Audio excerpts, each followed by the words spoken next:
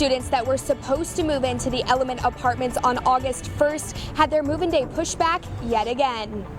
An investigation is underway into the tour bus and semi-truck collision in the desert. See what officers have to say about the ordeal coming up. And Metro Expo Line riders can make it to their destination quicker than ever before. We'll show you how next. Annenberg TV News is next.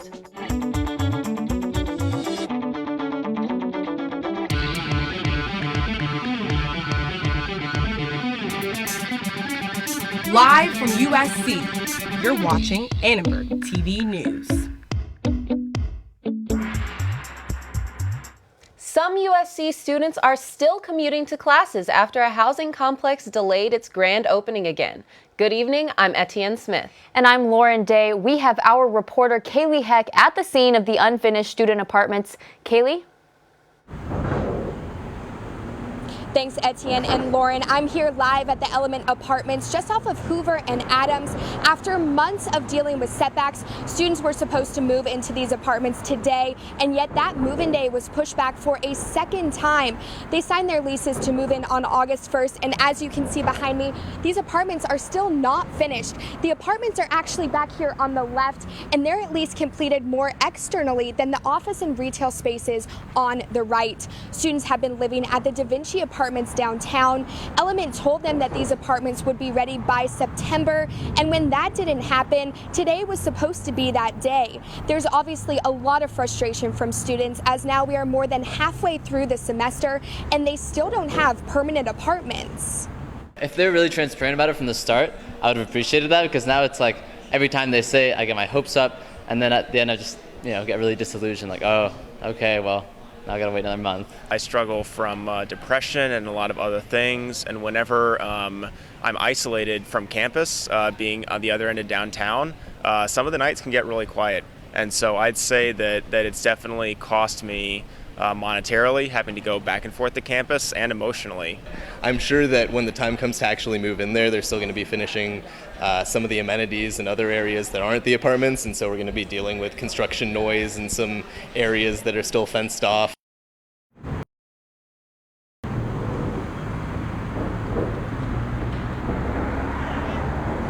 In an email sent to residents last Friday, Element said, quote, "At this point, all the developer is waiting for is the city to issue their certificate occupancy so that they can finally move you in," end quote.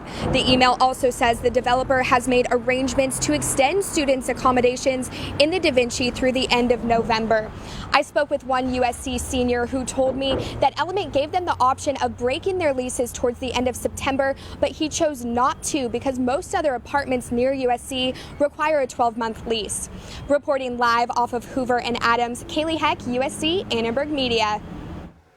The National Transportation Safety Board and California Highway Patrol are investigating the cause of a bus crash that killed 13 people and injured 31 early yesterday near Palm Springs.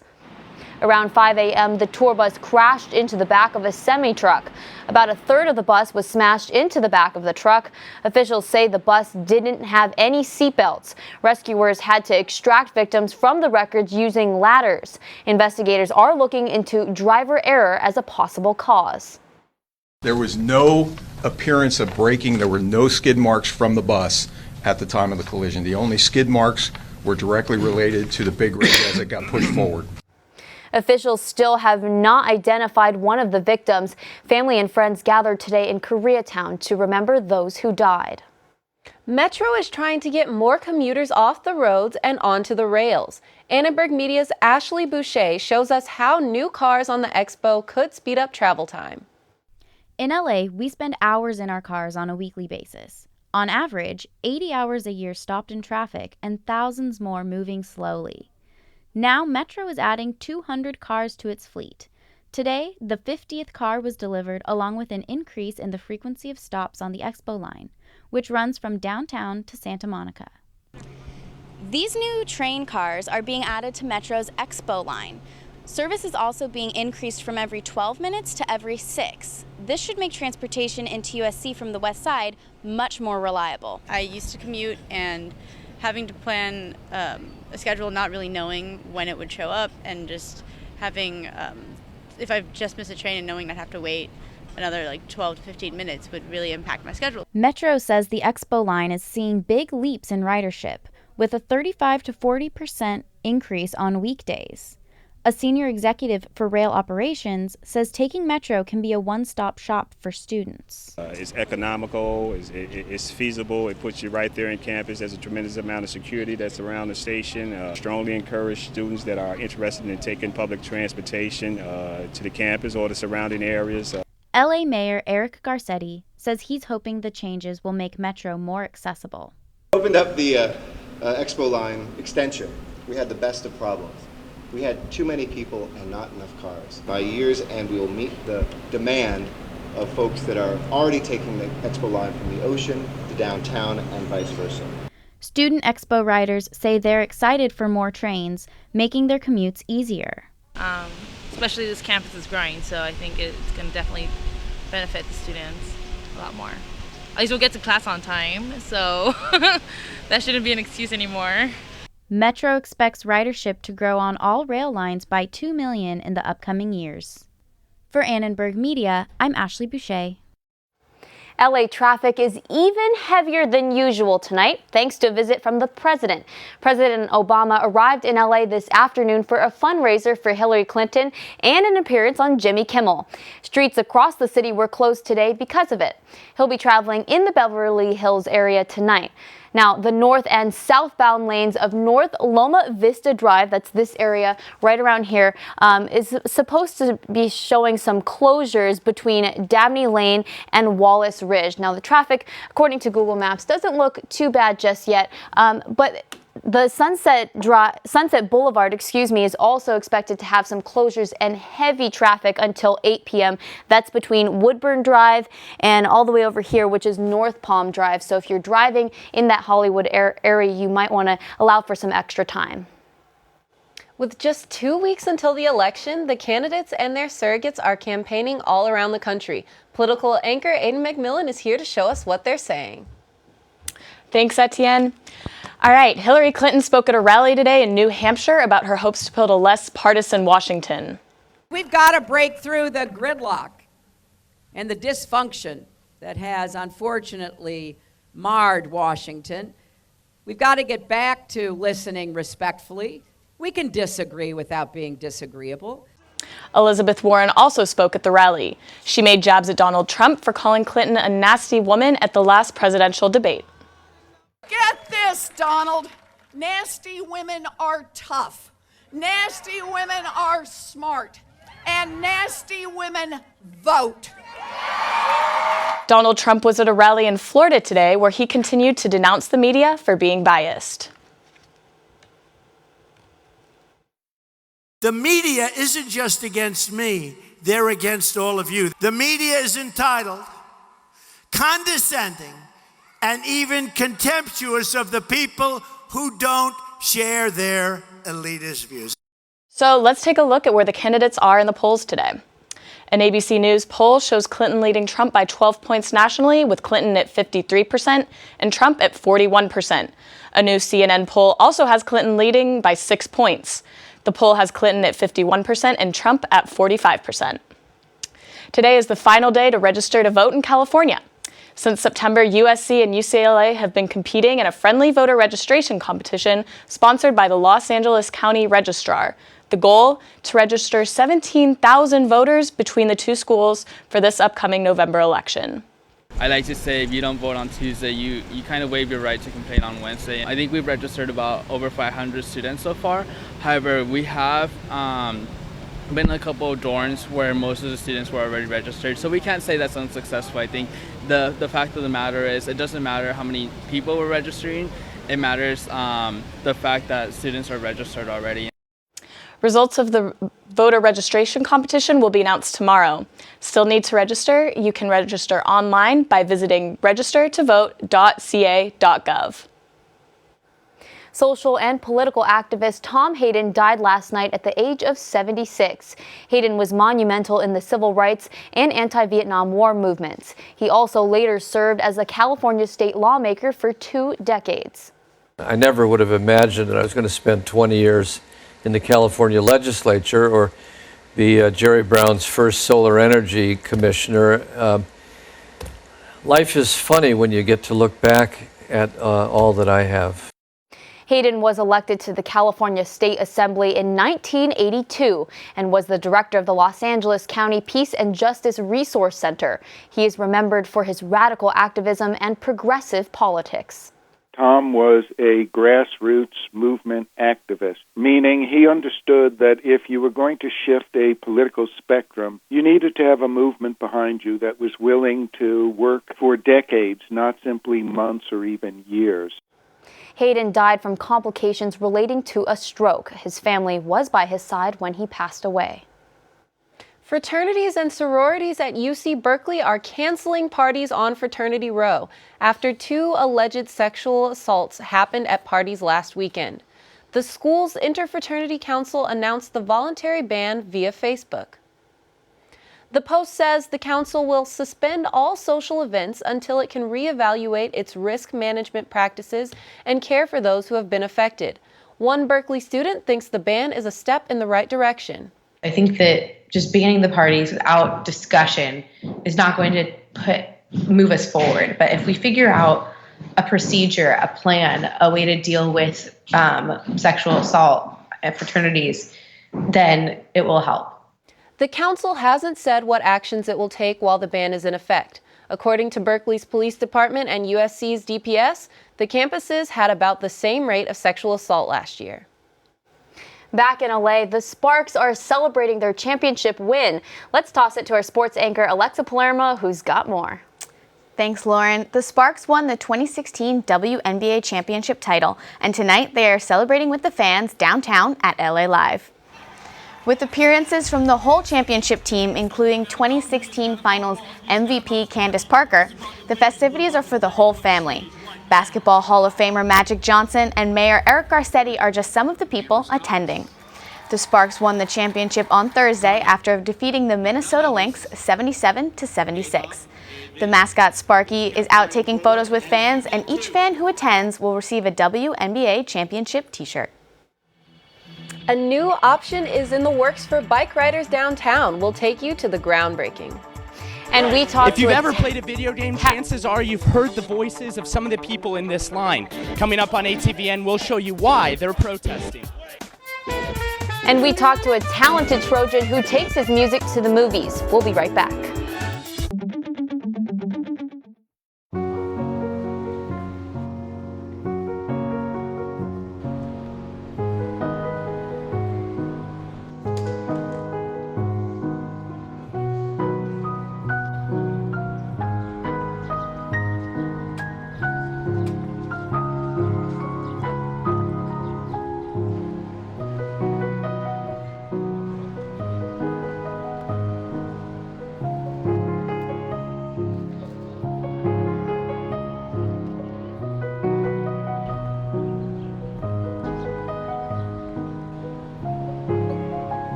We'd do anything for kids.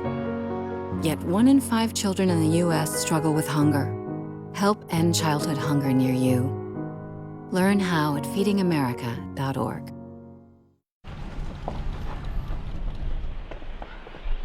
Got a quarter?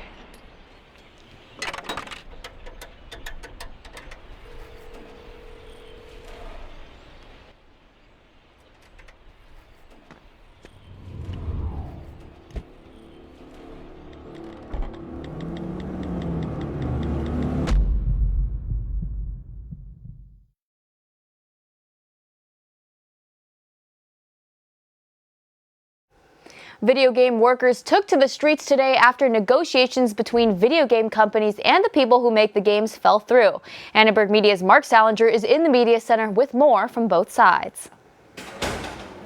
The two sides have been trying to reach a new deal for a contract since 2014. Now, video game workers from the SAG-AFTRA union are on strike. If you've ever played a video game, you've probably heard their voices. I almost didn't hear you coming. Behind the animation and special effects is a real person. Phil Lamar is one of those people. Aquaman in the Injustice series. for Atlantis. Lamar and dozens of others protested outside the Electronic Arts video game company today in Playa Vista. EA Sports. It's in the game. Demanding higher pay and a safer workplace. They say it's in the game, but your rates are pretty lame. They're taking to the streets after 19 months of contract negotiations left both sides unable to strike a deal. Something they can't agree on, whether actors should be paid extra if the game sells in large numbers, or what they call secondary payments. We are on strike because our members do not receive secondary payments in this contract area, even though that is the norm for them. That is how they survive between jobs. For many of the voice actors protesting here today, they tell me it's not necessarily just about the money, but also about the working conditions. For 4 hours, we have to be screaming, "Grenade!" at the top of our lungs. And then they expect us to be able to work. And sometimes we've had actors who are bleeding from the throat, who can't work for days or weeks at a time. Lawyers representing the video game companies say the strike was avoidable. The differences are not worth striking over. Just last week, SAG-AFTRA, the union representing video game workers, walked away from a deal proposed by the video game companies. Still, the main dispute is over secondary payments. It's not that we don't value them, and it's not that the companies did not want to reward them. It is how we label the money and what it is that we are saying we are rewarding them for. That's the biggest difference. The actors still want more. A company makes $1 billion, you get it, paid $800 for blowing out your voice. The proposal that SAG-AFTRA didn't accept is still on the table, but only until December 1st. Lawyers for the video game companies are urging the union to put it to a vote by their members. A new statement in tonight from the SAG-AFTRA union says it will put an agreement in front of their members only when they have a deal their committee recommends. Thanks, Mark. Well, I can't believe it rained this morning. I know, and it rained all day yesterday too, especially in the evening. But you know what? On the bright side, we desperately need the rain here in Southern California. Very true. Let's toss it over to Lauren with our weather.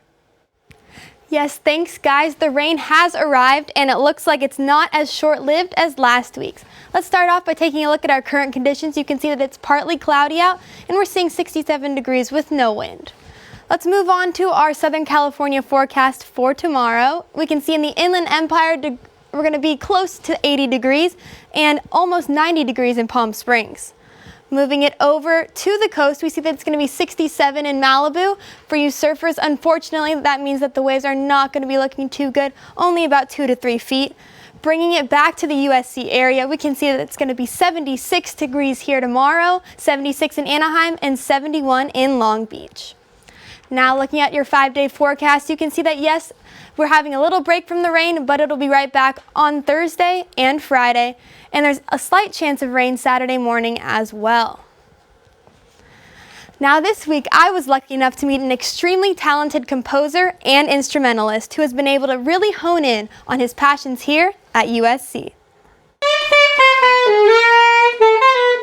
Being able to sit in a room and practice an instrument has always been way more fun for me than sitting with the pencil and paper. Aaron Reese is a senior jazz studies major in the Thornton School of Music. Growing up playing the saxophone and the piano, he found that his real love was for film music. I didn't really realize it was an actual option, for me at least, until coming to school at USC. Now he composes music for student films and for projects of his own. For me, it's like solving a puzzle. Movies like Casino Royale and Mad Max are some of his favorites. The Incredibles, I think The Incredibles is a perfect movie.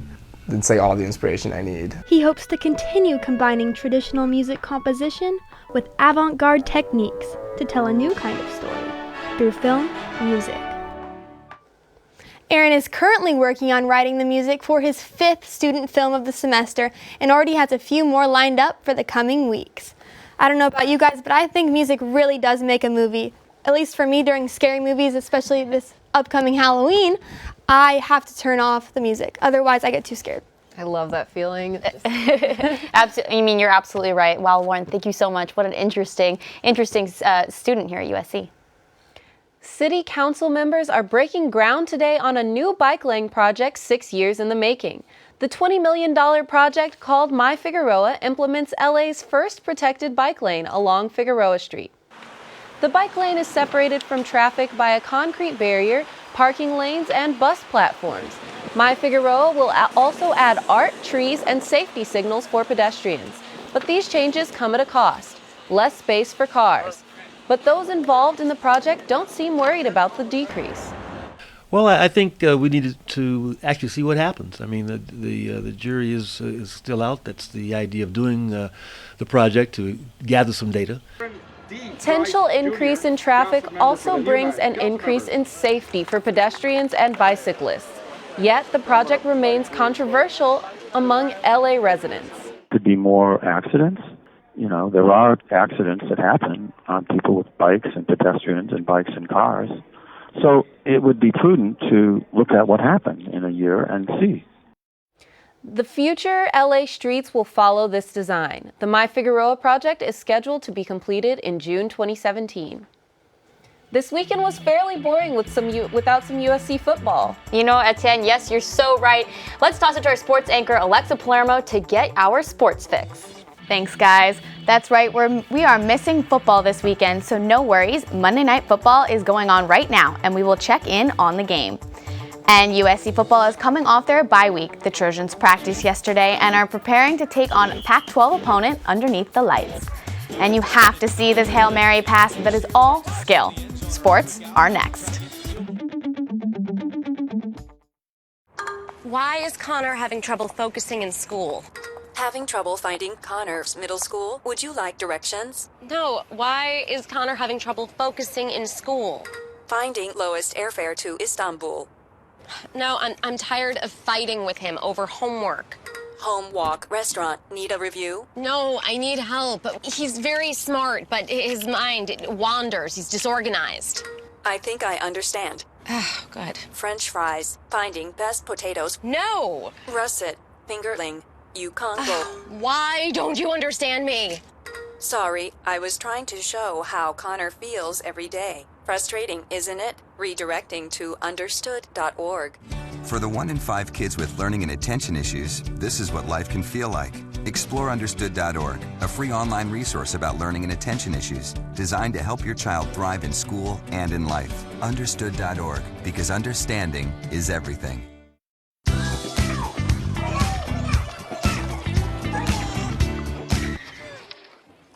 Looks like it's done.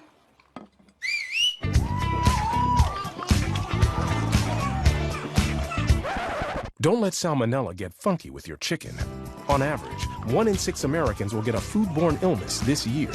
You can't see these microbes, but they might be there. So learn the right temperature to cook each type of meat. Keep your family safe at foodsafety.gov. The Trojans are gearing up to take on Cal for a Thursday night match under the lights. Head coach Clay Helton announced yesterday that senior linebacker Jabari Ruffin was suspended indefinitely for a student conduct issue. With yet another off-field distraction, the Trojans are trying to focus on the game this week. USC quarterback Sam Darnold is currently tied as the top quarterback in the nation, while Cal quarterback Davis Webb is ranked 36th. But don't let the ranking fool you. The Cal offense is a strong passing offense, which could give USC's secondary a run for their money. Cal is currently 4-3 after beating Oregon in double overtime, but the Trojans are coming off their bye week well rested for this Thursday night matchup. In other football news, junior cornerback, wide receiver, and kick returner Adoree Jackson has been named one of the 16 semifinalists for the 2016 Jim Thorpe Award. This award is given to the top defensive back in college football. But this isn't the only award Jackson is up for. The star cornerback is on the watch list for the Lott Impact Trophy. That award honors college football's defensive best in character and performance. You can always think you're going to be good. Every athlete thinks they're good and they should be doing something, but it's just about putting the work in. And I've just been putting the work in and just grinding. And I just feel honored for somebody else to put me in the category with all those guys. So it's just about me just keep going back to work, doing everything I've been doing and trying to get better from here. The Cardinal ended the Women of Troy's 3-match winning streak. The number 24 ranked USC women's volleyball team fell in 3 straight sets to the number 14 ranked Stanford yesterday at the Galen Center.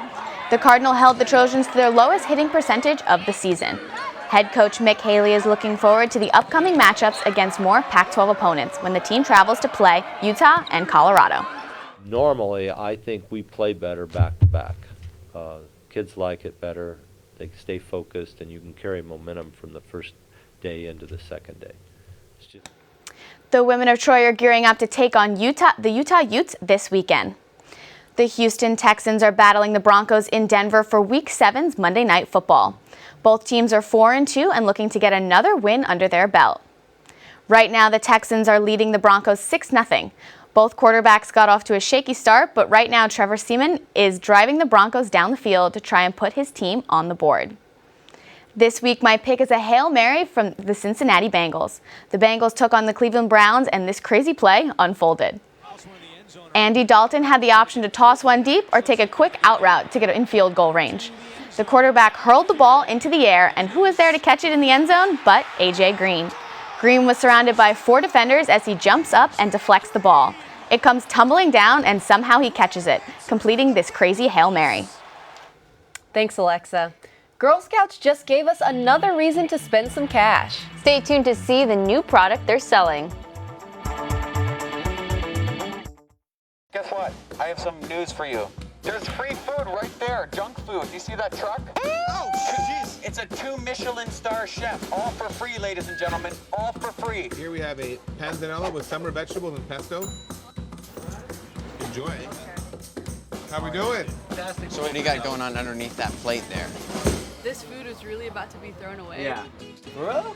Is there something wrong with this food? Where did you get it from? From farmers markets. They put aside the ugly vegetables and the ugly fruits. Carrot top, soft avocados. It was all food that was going to be discarded. Even the drink you had is made from like a little bruised peach. Did it taste a little bruised? Great. It's good. The average person throws away 24 pounds of food a month. That's a lot. Isn't that a lot? Go visit savethefood.com for more information. Thank you. Junk food time!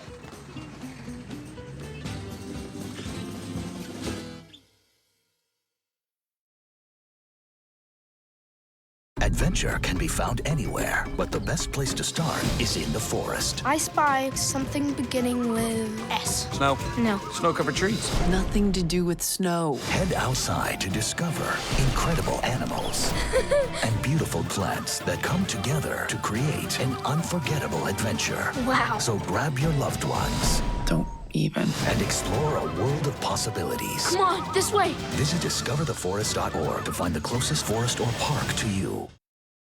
Girl Scouts have more than cookies on their list of treats. The youth organization will collaborate with manufacturer General Mills and sell Thin Mint and Caramel Crunch flavored cereal. The cereal will be available in January, right at the start of the traditional cookie selling season. Wow, Etienne, Girl Scouts flavored cereal, which one would you pick? I think I'm gonna have to go with the Caramel Crunch. Sounds pretty normal. Yeah, I would eat that one. All right, well, I'll try the Thin Mint cereal when that comes out. Okay, we'll try them. Thanks for watching Annenberg TV News. From everyone here at Annenberg Media, I'm Lauren Day. And I'm Etienne Smith. You can watch us on the web at uscannenbergmedia.com. Good night.